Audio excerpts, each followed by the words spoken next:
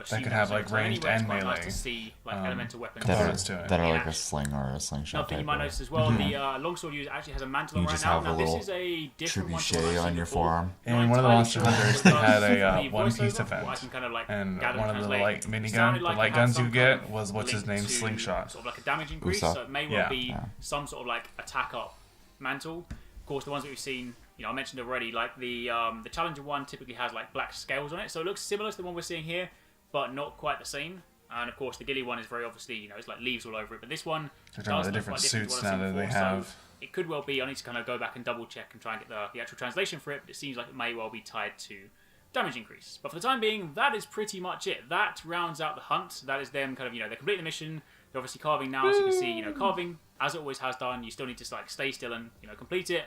So Remember, crouch when you carve, because like, you carve you don't faster. run past and just grab pots from the monster. So Yeah, less things like that, the animation. gathering kind of stuff does, of course, like limit it where it makes sense. But anyway, for the time being, that was a kind of quick breakdown. I remember doing of it. The gameplay itself. That's me trying to sort of go over as much as possible. Oh, Hopefully, sure, you kind guys of find back it useful. was. Again, if you do want to watch it raw without me talking over the top, I will leave a link to the one I uploaded a little bit earlier today. And again, I will be following up Are there over the spears coming in the days game? and weeks and whatnot with some more Are there kind of granular spears in the videos game? on 'Cause that seems like a pretty specific obvious aspects of one. the game. So if There's there are a things you want to know lance. about, whether it be There's no like gear, just a or spear. or some of the Like a items spear or some of user the seems magic, like- anything in The particular, closest thing you something have is a wanna bug know, glaive. then I'll be doing some more specific videos on those sorts of things. Just So do get stay someone tuned like for a them. halberd or Lots more something. Monster Hunter World coverage coming soon. Hopefully Yeah, at some point yeah. Capcom will release like a higher resolution version of this. Because of course, Alright, it's so what what'd you from guys the take away live from that? stream, so And also, again, thanks to Arekkz Gaming for letting us or putting your video online. We don't have to try and interpret Japanese. Thank you. Oh yeah. Still impressed by the game as far as like the multiplayer aspect of it. It's pretty much what I was expecting it to be, which is a great thing. I do like the more streamlined nature of being able to make a lobby because the handheld is very like systematic. You go to a separate building, you set up a lobby, blah, blah, blah, type whatever. As for in like this, it's literally just okay, this game's open, come join. So, which is great. They definitely made the game more dynamic. With the changing of gear at your base that you can do and the summoning people just in the middle of the field. They made it a lot, I guess it's kind of easier to fight certain monsters now, because if you go into a thing, you don't have to worry about, like, did I pick the right gear? Do I need help? And now I'm kind of stuck here by myself. Except for those fights take like 10 plus minutes, it seems like. So Well, I would say they can change the way the things. I mean, this whole game is not like the handheld one upgraded. It's new. made from the ground up. So I Yeah. mean, they can be completely different than they used to be. The environments seem alive. Like there's a lot of like a viable ecosystem in the area. Which is Ambient really neat. life, yeah. That is something that I've noticed though with a lot of the features of like being able to have people join or whatever is it's streamlined, but it's also keeping you on the map or in the map longer and gives you more incentive to like stay there, not have to go like, well, I fucked up, I got to go back now, or oh, I got to go get this guy to fucking join me now, or whatever. Can't Like, tell you how many times in missions I've just quit them right off the bat because I'm like, I brought the wrong gear. yep, exactly. then you So won't have to do that. So that's a benefit to that because now you're just like, well, fuck, I'm just gonna go back and change my shit out. One thing Blind asshole. I hope they keep that they do with the handheld versions is the themed events and stuff. Obviously, it's not a Nintendo product anymore, so you're not going to have like the Legend of Zelda stuff anymore. Right. But things like things from like Shonen Jump and in this case, it's now on Sony or the Xbox version or the PC version. It'd be or cool if they did whatever. exclusive stuff for each console. Yeah, so. so you could Ooh, that see would make me angry. Really? Yeah, that would make me angry. Why? I want everything. I literally. But you can't have the Master Chief fucking helmet When I play on these PS4. games, I make slots for every armor set there is. Yeah, but you're also used to a game that was literally on Nintendo, so when Nintendo stuff came out for it, there wasn't a conflict of interest there. Right. Versus, like, now if you have Sony and, like, they're like, here's this, I don't know what example, Uncharted pack or whatever versus the Halo pack versus on PC, they decide, The Super Meat Boy pack. Super Meat Boy, there you go. Which should be gross. Monsters always target you. But yeah, I mean, that's. I honestly think it's kind of to be expected. The only thing you're going to see across the board is because it is a Capcom product. Stuff like Mega Man will return, I'm sure. So Yeah. Mega Man. dress your cat up like him. That Deadass series that needs to come back. Yeah, no, I'm excited. I'm excited for it. I want it to come out now. I have a feeling this game is going to take up a lot of my time. Yeah, it's finally going to take up a lot of mine because it's on console, so now I can actually sit down and fucking devote hours to it. Any last words on that? Try and close out this taste cast. No, I mean the thing we always say with these, I want it now, but obviously I want you guys to take your time, make the game right. I would hate for it to come out early and then be a buggy mess and then everyone stops playing it. So make sure it's solid so that when it comes on, your player base sticks around and hopefully encourages more people to pick up the game. definitely. Give me at least one new weapon, please. Yeah, I hope It'll there be a is some $15 surprises. DLC. Whatever. Yeah, You're okay with it now? Whatever. It's whatever. Monster Hunter. He Take my said it. money. That's right. Yeah. Let us know in the comments. Are you excited for Monster Hunter World? Is it something that you have you played in the past and you're ready for the new one? Is it something brand new to you that looks interesting? You're not into it? Let us know. You're excited to be able to play it on console and or PC. You should be. But yeah, I think that's going to do it for this episode of TasteCast, episode 32. So always thank you for watching. Make sure to like, subscribe if you enjoyed this episode. Make sure to check out our other episodes. Check us out on Tumblr and Twitter, Tasteless Gaming. Check out the streams on the channel or on Twitch. They're uploaded if you miss them anywhere. Check Chris out on Twitch, tasty_fruit. And yeah, as always, my name's Seth. I'm Chevy. And I'm Chris. And until next episode, which will be next Tuesday for Taste Tuesday, have a good weekend, guys, and take it easy. No quit. I couldn't think of anything. Woo!